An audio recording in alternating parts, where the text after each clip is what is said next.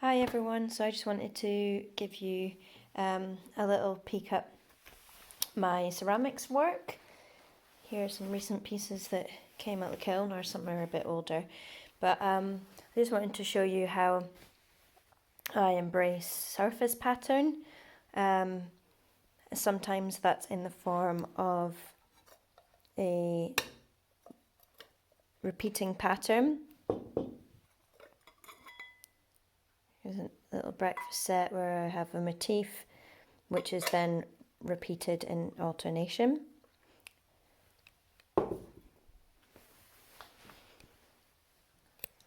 This piece here is very much a product of mark making. So I use a sponge to for application, and I use mixed media in my work to create a little bit extra interest. Another example of that.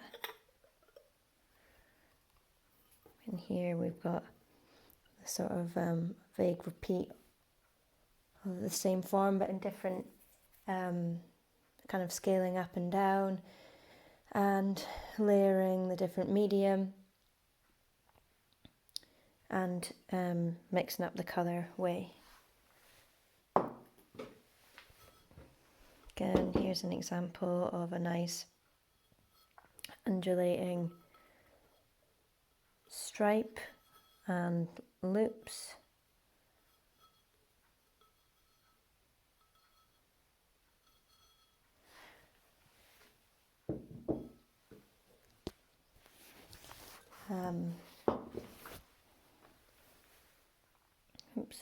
Here's an example of another repeat pattern, very simple dot pattern repeated. And I'm thinking about the kind of what works on this more linear shape here. Again, we've got the brickwork, and I can show you how my sketchbook directly influences some of these designs. So hopefully you can see that. Just pop these out the way. And this was loosely inspired on the upholstery that's found in London Underground and Overground. I lived there for a little while, so that's something that's been one of the details that kind of sticks in my mind. But I was really just playing around mark making with some acrylic paint I had to hand, and I've just gone over that with some strong black line. I think, work with this palette a little bit more in another book, but as you can see with this, I've combined the colorways here. I've added the linear aspect that echoes the kind of form, and only use the line work in sporadically so that it's not too fussy. What else do we have here? So my sketchbooks are very much a playground. Sometimes it's a case of just mark making and exploring that connection between line and blocks of colour. Sometimes I have a tool that might inform a little play around. Here is just a sponge on a stick I have, and I've just dabbed it, and then I've looked at what my response would be with pencil.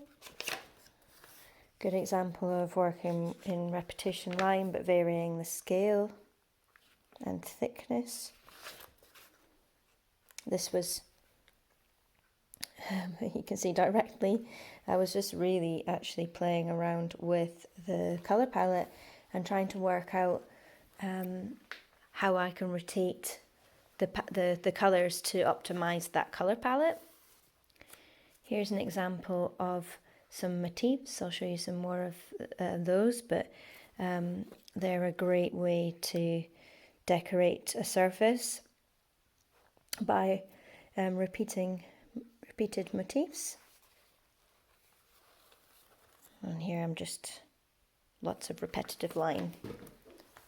More repetitive line. which I find very useful to warm up, but also it can lead to really nice line work that can be used for decoration. Hopefully you can see that. I've got a whole series that's kind of based around this line work and the block colour. Sometimes I might just see something that's inspired me or caught my attention in a magazine. So I've just cut it out, stuck it in, and then done a really quick dump of ideas that came to mind in response to that. Again, found something I like here, and super quick captured my reaction to that. Here's a little bit of collage. I like this paper quality that I found in a sort of high-end magazine, and I've just taken a series of triangles, rotated them, and then seen how they might interact with each other, and I really like this colour palette as well, so I wanted to capture that. Here again is just some strong line work with some colour block again, with it's just a piece of tissue paper. So I like to do quite a bit of cutting and pasting to capture things. Here is an example of really just using the whole page. Again, some more mark making. And this is a lovely little exercise actually, which I do quite regularly. I just make a little grid and I work with one shape or element and I just fill each square by varying the scale or the frequency of that shape. So obviously I've started just with a square, and then what would happen if there's 4 of them, what's happened if they're inside each other. These were intersecting, and you get a lot of variety, and it just really gets your mind thinking in patterns, and then you can go on to develop that.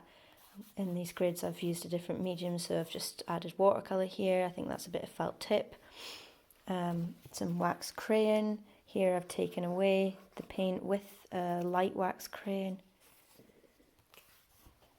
and added a little bit of cut and paste there to capture this lovely little area of decoration, which is pretty lovely.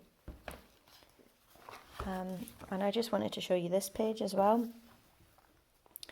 So again, motifs. This is a sort of example of a repeat pattern where it's could be a block one after the other or tossed through the page. But I've literally just taken some splashes of colour in watercolour, layered them over the top of an old gardening magazine, and then gone in with some fine liner and did some really quick stylized drawings of leaves, little studies. So it'd be nice for you to maybe take some inspiration from the work you've already done with Frank with your flora and fauna or your still life in your home, and you could quite easily change these up into, I've just gone with a sort of garden nature theme with these. But these motifs could quite easily be,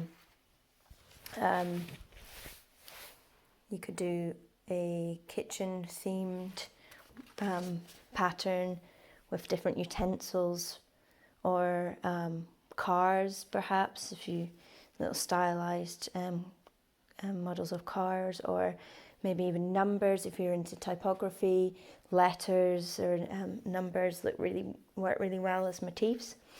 But it's super easy to do, and I think really effective. And here obviously I've just gone in with how can I add an extra element into the background. So here's just radiating the colour block or a contrasting line there. Here's an example of just letting the shape